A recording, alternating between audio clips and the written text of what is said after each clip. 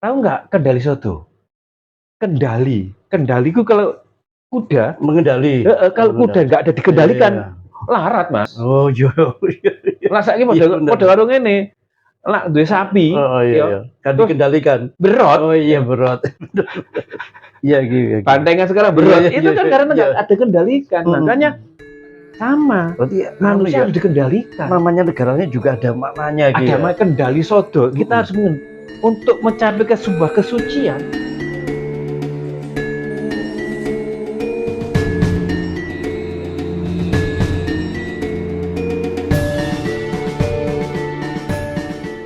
Ojo turu sore kaki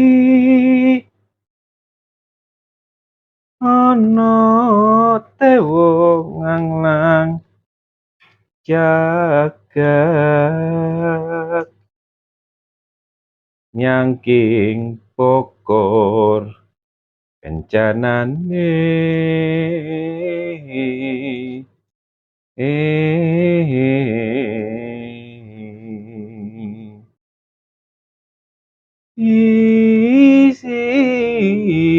sini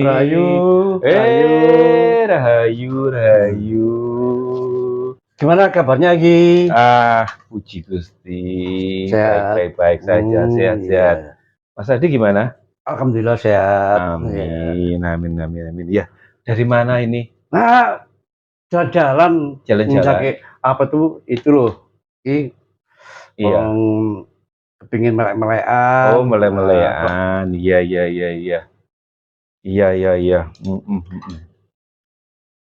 Dulinan wayang buat apa tuh Ki? Ini bukan dulinan Mas, ini wayang beneran. Oh. Iya Mas Adi. Oh, saya ini dapat hadiah dari temen. Oh iya.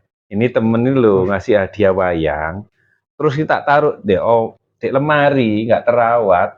Terus ya rusak kayak gini. Makanya ini. Wayang apa deh? Wayang apa maksudnya? Lah ngomong gue juga solo nyantai aja. Nanya wayang apa? Oh iya, ini Anoman nih Mas. Ini Anoman. Oh Anoman. Tapi gini Mas, mohon maaf ya. Wayang ini bukan hanya warisan budaya dari leluhur kita, tetapi dalam wayang itu sendiri penuh dengan banyak makna dan filosofi. Oh iya Gigi. Ya jadi masalah ini gini.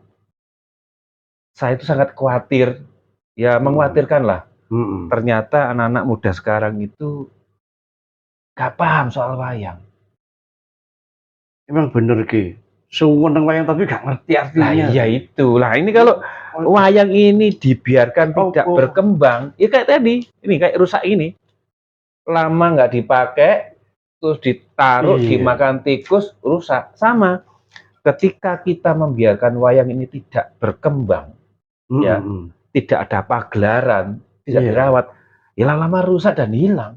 Oh, cuman nggak ngerti arti ini loh Ki. Nah gini. Wayang itu asalnya dari mana, awalnya gitu kan. Oh iya. Gini Mas Adi. Sekarang butuh. Iya.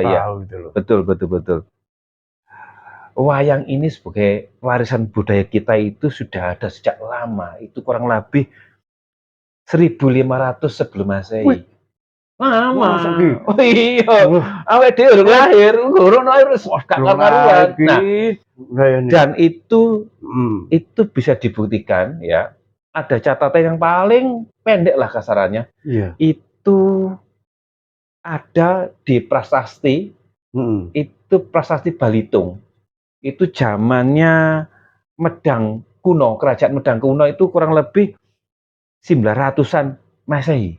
Oh, jadi sudah lama sekali. Tahun, ya. Kalau Majapahit aja itu kurang lebih itu abad ke-12 kan gitu ya. Yeah. Ini sebelum itu masih abad ke-9. Wih, bener-bener tua gitu ya. Nah, itu bisa dibuktikan. Gini, orang itu yang mungkin ya banyak orang memahami wayang seperti adalah wayang itu bayangan. Oh. Bayangan itu seperti maksudnya gini, Mas. ayang-ayang bayangan. Perilaku manusia itu digambarkan dalam bentuk wayang. Iya. Gambaran. Gambaran. Nah, tetapi sebenarnya lebih dari itu, Mas. Nah, wayang ini karena sejak dulu ada sebelum agama Hindu datang ke Pulau Jawa, yang membawa kitab Mahabharata dan Ramayana. Ya. Wayang ini adalah sebutannya adalah mayang. Tahu nggak arti mayang? Waduh. Mayang. Mayang ya. Mayang. Ma itu menuju, yang itu pada Tuhan Maha Esa. Jadi menuju Tuhan Yang Maha Esa. Jadi dulu ini wayang digunakan sebagai salah satu ya cara atau sarana dalam konteks berdoa kepada Tuhan Yang Maha Esa. Gitu. Ya kan? Iya. Itu zaman dahulu. Dan turunannya masih dipakai sampai sekarang, Mas. Iya. Tapi salah satunya kayak ruatan. Nah, ruat. Ya, ada ruatan toh. Ruat desa gitu ya, ruat dusun. Ada lagi yang satu keluarga. Iya, keluarga untuk menghilangkan Sukerto atau Sengkala. Gitu, mereka menggelar sebuah ruatan wayang. Tapi bukan sekedar wayang hanya pertunjukan, tapi harus ada sesajen sebagai salah satu sarana melengkapi upacara itu dengan tujuan meminta kepada Yang Maha Kuasa untuk dihilangkan segala musibah ya, sengkala atau juga hal itu. Iya.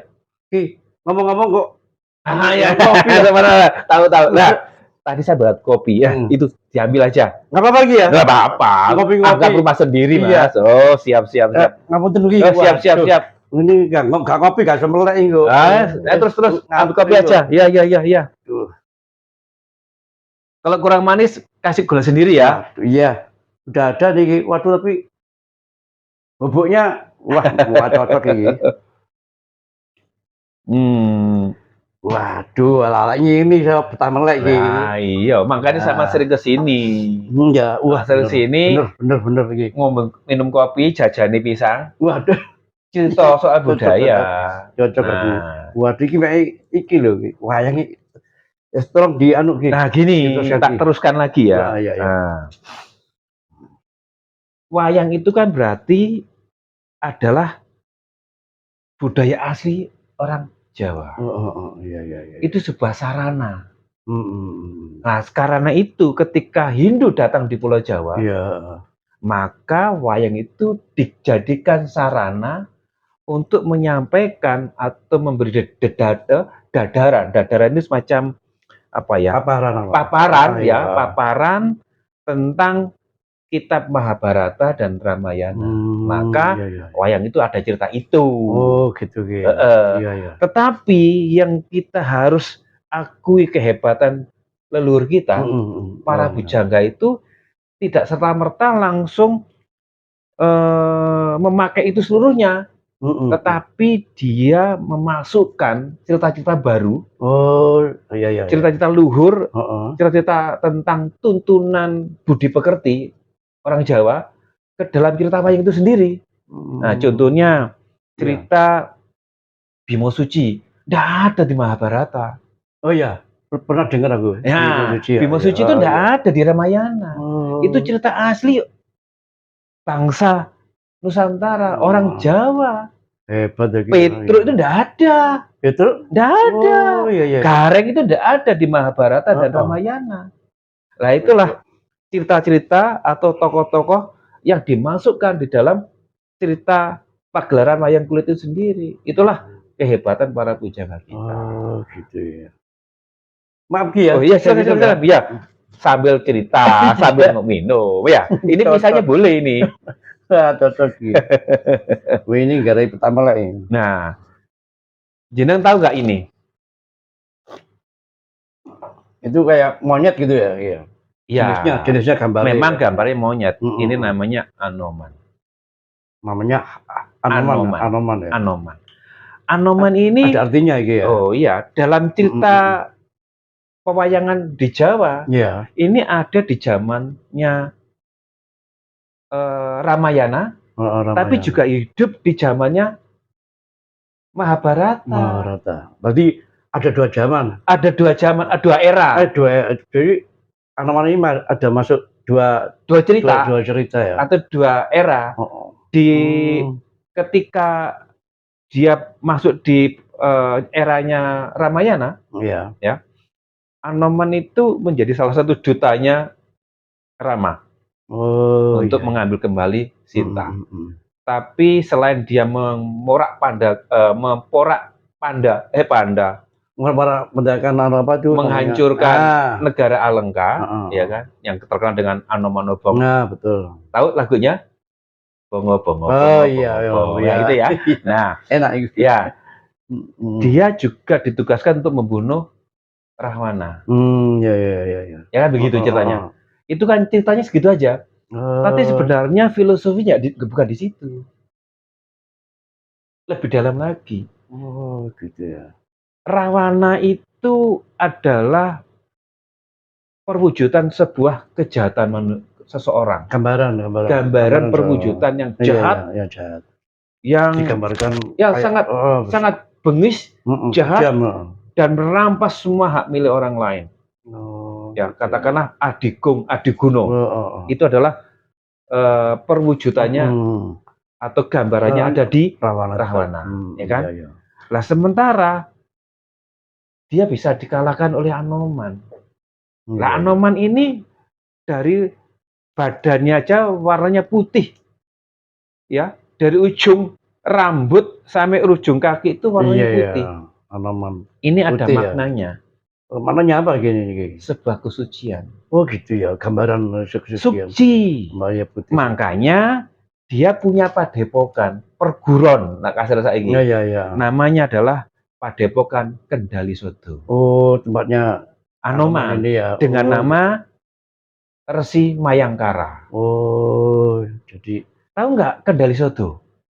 Kendali itu kalau kuda mengendali. Kalau kuda nggak ada dikendalikan, larat mas. Oh iya. Lah saiki padha karo ngene. Lah duwe sapi, kan dikendalikan. Berot. Oh iya berot. Iya gitu. Bantengan sekarang berot. Itu kan karena nggak ada kendalikan. Makanya sama. Berarti manusia harus dikendalikan. Namanya negaranya juga ada maknanya gitu. Ada namanya Kendali Sodo. Kita harus untuk mencapai ke sebuah kesucian. Iya. Dia harus mengurangi atau menurunkan segala nafsu. Lah wong Jawa saya mau 5 atau nafsu songo. Nah, ini. Nah, semua nafsu itu dihilangkan dengan cara apa? Dengan tirakat, puasa. Lewat dhewe ngene iki. Kuat melek dan sebagainya. Ini salah satu bentuk ikhtiar. Oh, gitu ya. Suatu bentuk upaya untuk menenangkan diri kita.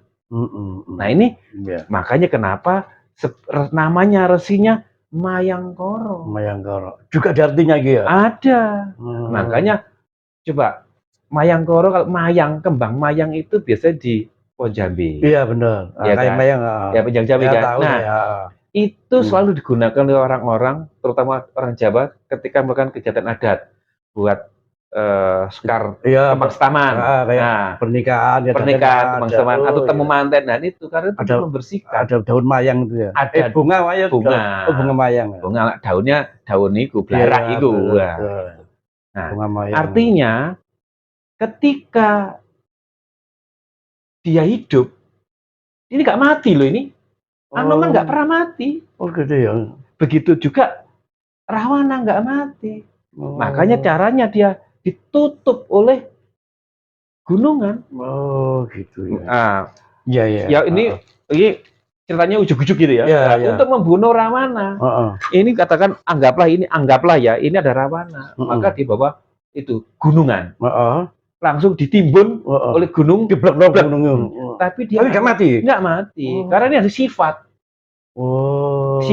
Sifat keangkara-murkaan. Nah, manusia kita ini punya sifat itu. Sebutannya Durpapat Lima Panjer itu. Kalau dalam konteks agama atau kejawen, ya sebutannya ada namanya Aluamah, Mutmainah, Amarah, sama Sufia. Nah, amarah itu kan itu nggak bisa hilang, Mas. Iya. Ada dalam diri kita, tapi itu bisa diturunkan tensinya. Jadi nafsu angkara murka itu bisa diturunkan, makanya ditutup gunung. Nah, Dan ini Anoman ini itu hidup di Mahabharata sama tugasnya. Di Mahabharata gini. Iya, ya. Biasanya Mahabharata kan itu simbol keangkamurkaan atau simbol kejahatan itu kan diperankan oleh negara Astina atau kelompok Kurawa gitu kan. Iya, ya, ya. Nah, Kurawa itu kan sebuah simbol perilaku yang nggak baik Nggak ya. baik, benar. Kan gitu kan. Iya, iya. Dia culas. Nah, dia ingin menangkan sebuah peperangan di Baratayuda. Kadang di dalam cerita wayang Jawa loh ya. Iya. Dia tuh menyembah atau minta tolong kepada roh jahat atau bangsa jahat, misalkan jin, setan, ya, atau betul. apapun lah, iblis ya. Iya. Nah, yang datang itu biasanya Rahwana. Rahwana yang merubah wujudnya menjadi seorang resi atau seorang satria gitu yang gagah berani dan sakti gitu ya. Iya. Dia ngikut aja. Nah, dia karena dipuja oleh apa tuh kelompok Kurawa tadi melawan Pendawa. Pendawa kalah. Maka biasanya Pendawa minta tolong. Minta tolong jadi ini. enak ini. Ya, kita minta tolong namanya Semar biasanya. Nah, ini Semar ngerti. Ya, Semar ini minta ditolongin. Nah, akhirnya Semar tahu, wah yang itu yang orang sakti itu sebenarnya adalah iblis. Orang jahat, gitu kan? Iya. Maka dia pegang kunjungnya, muncullah si Anoman. Cek. Nah, Anoman dibilang, Anoman, gue, gitu ya. Langsung dia berangkat menuju peperangan, mengalahkan itu dan kalah. Ketahuan bahwa yang dikalahkan adalah perwujudan dari Rahwana. Artinya apa? Bahwa dia hidup ini, hidup ini sebuah kebaikan untuk membunuh sebuah kejahatan, keburukan. Simbolnya itu. Itu jadi simbolnya. Ya, artinya dimanapun orang Jawa mempercayai sebuah kejahatan itu akan kalah pada akhirnya dengan sebuah kebaikan. Ada kesucian tadi. Dengan cara orang yang baik adalah orang yang suci. Jangan suci, benar-benar orang yang baik masih orang suci. Orang yang Gambarkan suci. dengan Anoman yang itu. putih tadi. Wah, jadi gue enak iki. Pisang? Wah, cek mari iki.